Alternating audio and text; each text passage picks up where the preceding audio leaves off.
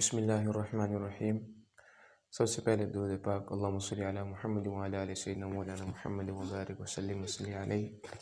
عزیز طلبہ، آج کا لیکچر سورۃ مریم کا رکوع نمبر 4 آیت نمبر 51 تا 60 تو شروع کرتے ہیں۔ بسم اللہ الرحمن الرحیم۔ وَاذْكُرْ فِي الْكِتَابِ مُوسَىٰ إِنَّهُ كَانَ مُخْلِصًا وَكَانَ رَسُولًا نَبِيًّا، اور آپ اس کتاب میں موسیٰ علیہ السلام کا بھی ذکر کیجیے، بے شک وہ خاص بندے تھے اور بھیجے ہوئے نبی تھے۔ تو یہاں پر موسیٰ علیہ السلام کا تذکرہ ہے، کیونکہ جو قصے ہیں، جو تذکرے ہیں انبیاء کرام کے پیچھے سے چلتے آ رہے ہیں۔ آج کے لیکچر کے اندر موسیٰ علیہ السلام کا تذکرہ شروع ہو رہا ہے۔ موسیٰ علیہ السلام اللہ تعالیٰ کے بڑے ہی پیارے نبی تھے۔ ان کے والد کا نام عمران رحمۃ اللہ علیہ تھا، اور ان کی والدہ کا نام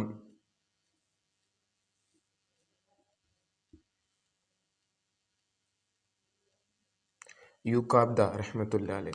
تو موسیٰ علیہ السلام کے والد کا نام عمران اور والدہ کا نام یوکابدہ رحمۃ اللہ علیہ۔ موسیٰ علیہ السلام کی زندگی بھی عجیب و غریب گزری۔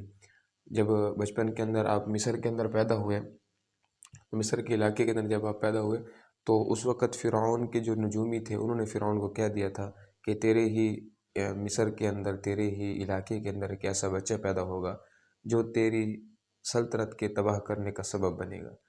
تو اس فرعون ظالم نے اس سال، یعنی جس سال نجومی نے ان کو بتایا تھا، تو اس سال کے بعد انہوں نے بچیوں کو زندہ رکھا اور جتنے بھی بچے پیدا ہوتے تھے ان کو قتل کر دیتا تھا۔ 3 سال لگاتار ایسا عمل کیا۔ تو بعض روایت کے اندر تفسیروں میں آتا ہے کہ 12,000 بچے شہید کیے گئے، اور بعض تفسیروں کے اندر آتا ہے کہ 9,000۔ بہرحال اگر 9,000 بھی ہوں پھر بھی زبان پہ تو ہلکے لگتے ہیں، جب انسان سوچے تب پتہ چلتا ہے کہ کتنے زیادہ ہیں۔ تو 9,000 کی روایت بھی آتی ہے اور 12,000 کی روایت بھی آتی ہے کہ موسیٰ علیہ السلام کے اس دور کے اندر فرعون نے قتل کیے تھے۔ اب موسیٰ علیہ السلام بھی انہی 3 سالوں کے اندر پیدا ہوئے، جس 3 سالوں کے اندر فرعون بچوں کو قتل کر رہا تھا، شہید کر رہا تھا۔ موسیٰ علیہ السلام جب پیدا ہوئے تو ان کی والدہ کے دل میں اللہ تعالیٰ نے القاع ڈالا کہ تم موسیٰ علیہ السلام کو ایک لکڑی کے بکسے کے اندر ڈال کر بحر نیل، یعنی دریائے نیل جو بہتا تھا موسیٰ علیہ السلام کے گھر کے ساتھ، وہاں پر بہا دو۔ تو گویا کہ ان کے دل میں اللہ نے القاع کیا، انہوں نے ایسا ہی کیا۔ پھر موسیٰ علیہ السلام کی ایک بہن تھی کلثوم، اس کو ان کی والدہ نے کہا کہ تم جا کر اس کے ساتھ ساتھ دیکھو کہ یہ کہاں جاتا ہے۔ اب وہ بھی بڑی سمجھدار تھی، وہ دریائے نیل کے ساتھ ساتھ آتی، کبھی اس بھائی کے بکسے کی طرف دیکھتی، کبھی پھر اپنے ذہن کو اور اپنی آنکھوں کو ادھر پھیر دیتی تاکہ لوگ بھی شک نہ کریں۔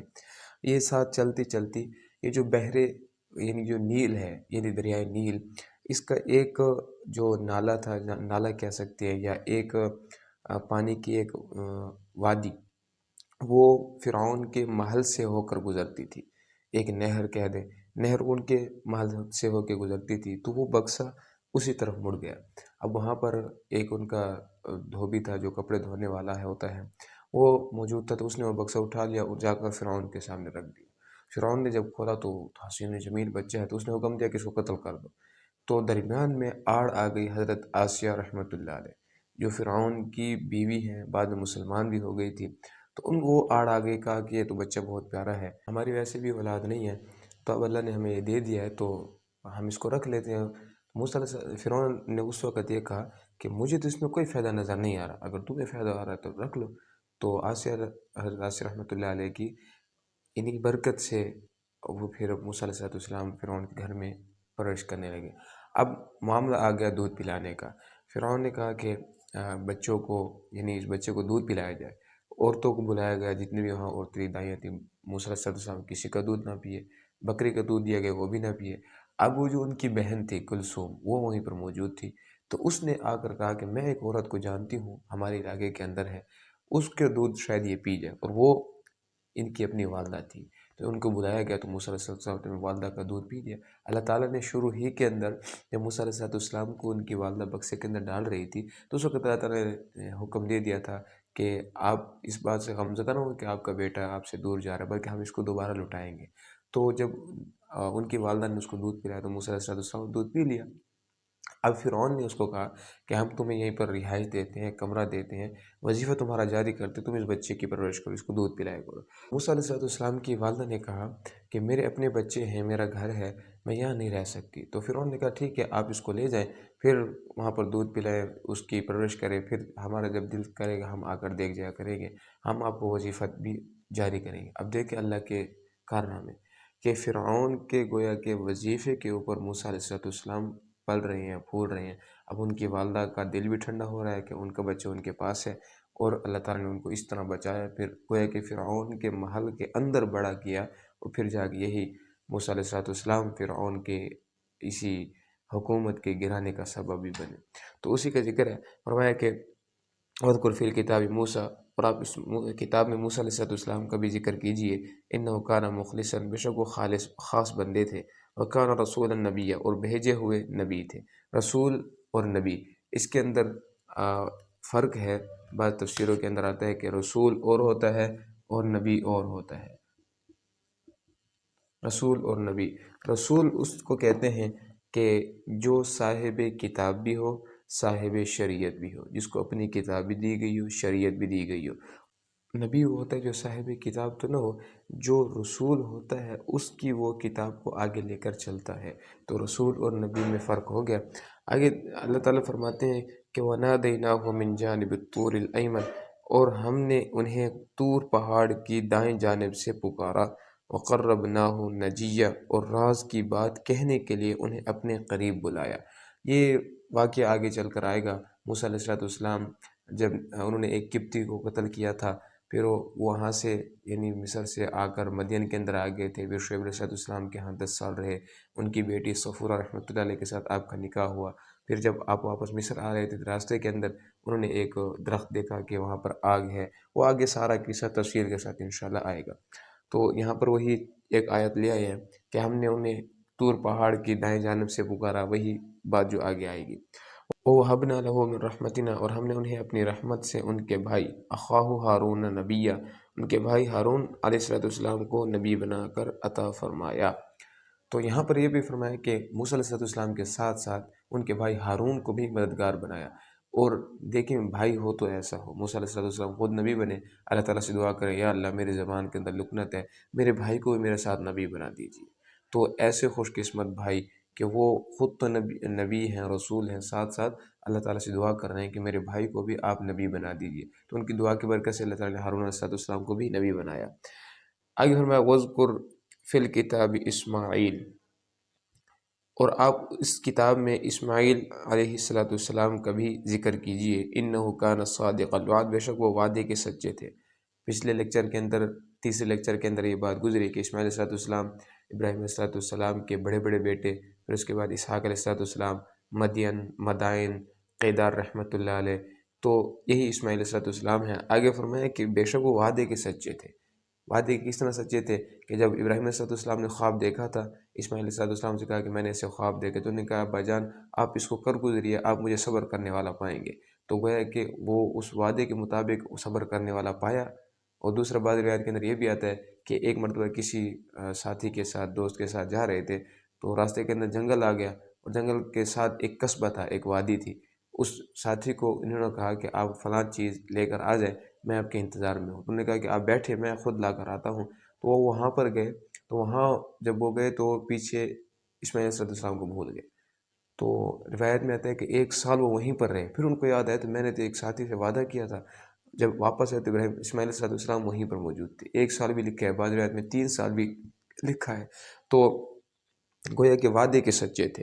وَكَانَ رَسُولًا نَبِيًّا، اور ہمارے بھیجے ہوئے نبی تھے۔ وَكَانَ يَأْمُرُ أَهْلَهُ بِالصَّلَاةِ وَالزَّكَاةِ، اور اپنے گھر والوں کو خاص طور پر حکم دیا کرتے تھے نماز اور زکوٰۃ کا۔ یہاں پر اہل سے مراد ایک تو اپنے گھر والے ہوتے ہیں، یہ بھی مراد ہے، دوسرا اس کے جو ماتحت، یہ بھی اس سے مراد ہے۔ وَكَانَ عِندَ رَبِّهِ مَرْضِيًّا، اور اپنے رب کے ہاں پسندیدہ تھے۔ آگے فرمایا وَاذْكُرْ فِي الْكِتَابِ ادریس، اور آپ اس کتاب میں ادریس علیہ السلام کا ذکر بھی کیجئے۔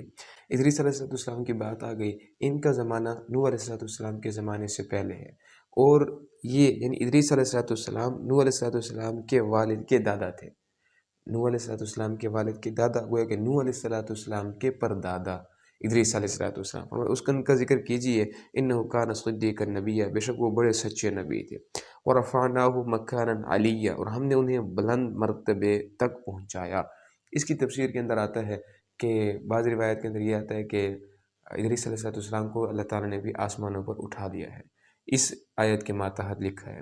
دوسرا یہ بھی لکھا ہے کہ اس وقت کے لوگ یہ کہتے کہ ادریس علیہ السلام کو علم علوم اور علم یعنی فلاں فلاں علم دیے گئے تھے جو علم گویا کہ گمراہی کی طرف لے جاتے ہیں، تو اللہ تعالیٰ نے فرمایا کہ ہم نے ان کو وہ علم نہیں دیا بلکہ ہم نے اس کو بلند مرتبہ دیا ہے۔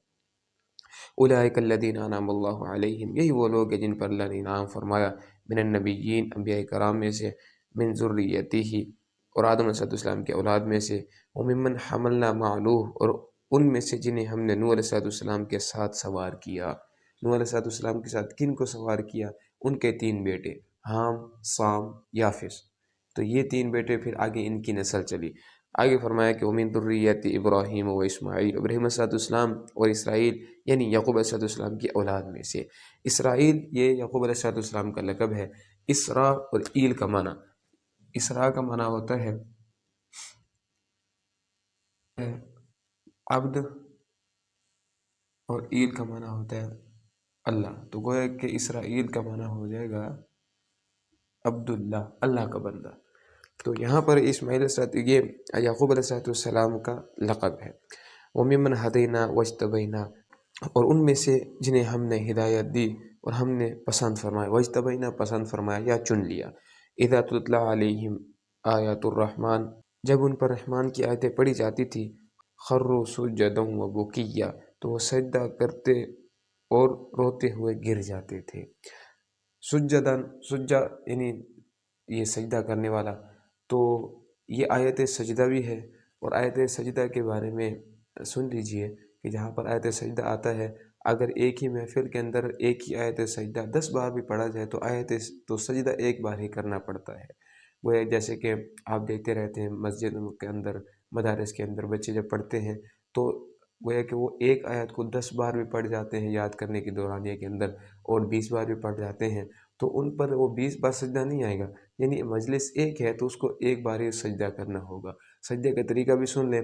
سجدے کا طریقہ یہ ہے کہ کھڑے ہو کر آپ نے نیت کرنی ہے، کانوں تک ہاتھ نہیں لے جانا، دل کے اندر نیت کرنی ہے کہ میں تلاوت یعنی قرآن کے اندر جو سجدہ آیا تھا میں اس کا سجدہ کر رہا ہوں۔ پھر آپ سجدے کے اندر چلے جائیں گے، 3 مرتبہ یا 5 مرتبہ تسبیحات پڑھیں گے، پھر اللہ اکبر کہہ کر بیٹھ جائیں گے۔ اس کے لیے کوئی سلام نہیں ہے، التحیات بھی نہیں ہے، کچھ بھی نہیں ہے، تو بس یہی ایک سجدہ ہے۔ اسی طرح آپ کئی سجدے بھی ایک ساتھ کر سکتے ہیں۔ آگے فرمایا فخلف من بعدهم خلف، پھر ان کے بعد ایسے نہ خلف نہ اہل جانشین ہوئے، یعنی پھر ان کے بعد ہم نے ایسے خلیفہ بنائے، یعنی ایسے لوگوں کو جانشینی دی، اضاعوا الصلاۃ، جنہوں نے نماز کو ضائع کی۔ اب ان لوگوں کی بات ہو رہی ہے کہ جو یعنی سرکش تھے، فرمایا کہ وہ نماز کو ضائع کرتے تھے، نماز کو ضائع کیا انہوں نے۔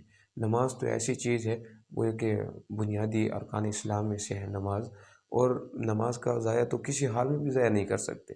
انسان جتنے بیمار کیوں نہ ہو، نماز تو پھانسی کے پھندے پر بھی معاف نہیں ہے۔ اگر انسان ایک ایسی جگہ پر ہے جہاں پر ساری گندگی ہے، وہاں پر بھی اس کے لیے معاف نہیں ہے نماز۔ اور آج کل ہم کیا کرتے ہیں، ہماری چھوٹی سی بیماری ہوتی ہے، سر کے اندر درد ہوتا ہے، باقی سارے کام ہم سے ہو جاتے ہیں، لیکن جب نماز کی بات آتی ہے تو کہتے ہیں میرے تو سر میں درد ہے۔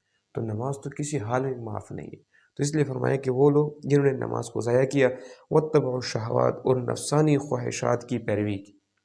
نفسانی خواہشات یعنی دل کے اندر جو بات آئی، انہوں نے دل کے اندر یہ بات ہے کہ ہم یہ کام کریں، وہ کر دیا، یہ کام کریں، وہ کر دیا۔ تو دل کی جتنی بھی خواہشات آتی رہیں، یہ نہیں دیکھا جائز ہے ناجائز ہے، اس کو پورا کرتے آئے۔ فسوف یلقون غیا، بس ان قریب گمراہی کے انجام سے دوچار ہوں گے، یعنی ان قریب بھی اپنا معاملہ دیکھ لیں گے۔ جب قیامت کا دن ہوگا تو ان کو پتہ چل جائے گا کہ ہم نے جو نماز کو ضائع کیا تھا، یا ہم نے اپنی نفسانی خواہشات کی پیروی کی تھی، تو آج ہمیں کیا اس کا سبق مل رہا ہے۔ آگے دیکھیں، الا من تاب، سوائے ان کے جس نے توبہ کی۔ اور یاد رکھیں کہ توبہ سے وہ گناہ معاف ہوتے ہیں جو ہم نے اضافی کیے، جیسے آنکھ کا گناہ، کان کا گناہ، زبان کا گناہ، یہ معاف ہوتے ہیں۔